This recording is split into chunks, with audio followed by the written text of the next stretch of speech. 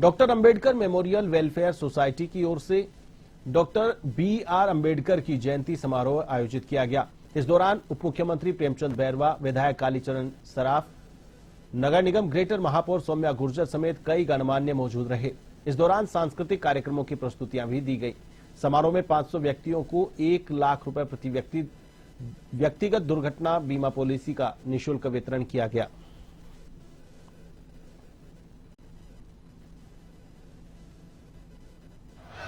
सबसे बड़ी संस्था है और इसकी सभी सहयोगी संस्थाएं किसी न किसी रूप में आज अंबेडकर जयंती का आयोजन कर रही है।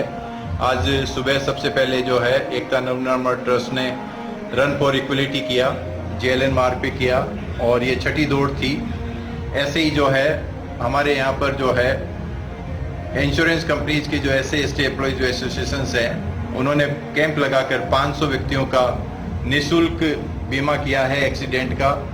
और जो भी कार्यक्रम दूसरी तरीके से इसको सपोर्ट करने के लिए हो रहे हैं, शाम को कई जगह सांस्कृतिक कार्यक्रम होंगे और विभिन्न क्षेत्रों से यहाँ रैलियां भी आई हैं। और जयपुर के राष्ट्रीय आयुर्वेद संस्थान में राष्ट्रीय आरोग्य मेला संपन्न हुआ। 4 दिवसीय इस मेले में देश भर से विशेषज्ञों ने आयुर्वेदीय पद्धति पर मंथन किया। समापन समारोह में आयुर्वेद चिकित्सकों का सम्मान भी किया गया। मेले में 25,000 से अधिक लोगों ने विजिट किया।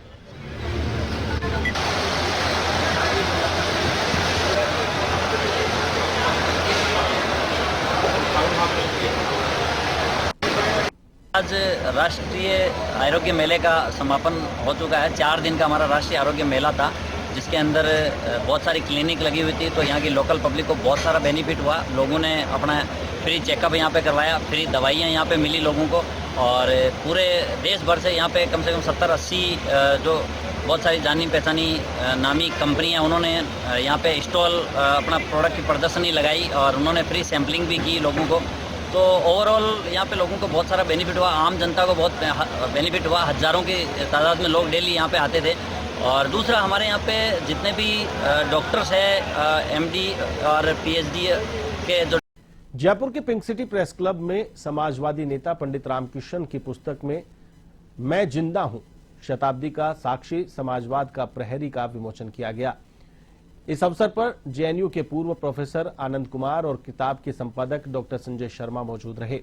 कार्यक्रम के दौरान पुस्तक लेखन के बारे में बात करते हुए पंडित रामकृष्ण ने कहा कि 21वीं सदी की 3 सबसे बड़ी चुनौतियां हैं: पर्यावरण, आतंकवाद और एआई, आर्टिफिशियल इंटेलिजेंस।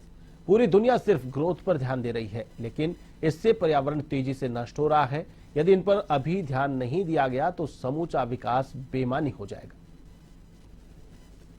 राजनीति का जो स्तर आज गिरा हुआ है, मैंने राजनीतिक मर्यादाएं सारी पूरी की हैं उसके खिलाफ।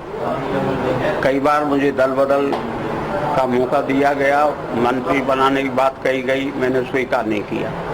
इसके अलावा उस किताब में शुरू से मैंने जो शुरू किया है वो दलित और हरिजन और दुखी लोगों की समस्याओं का वर्णन किया है।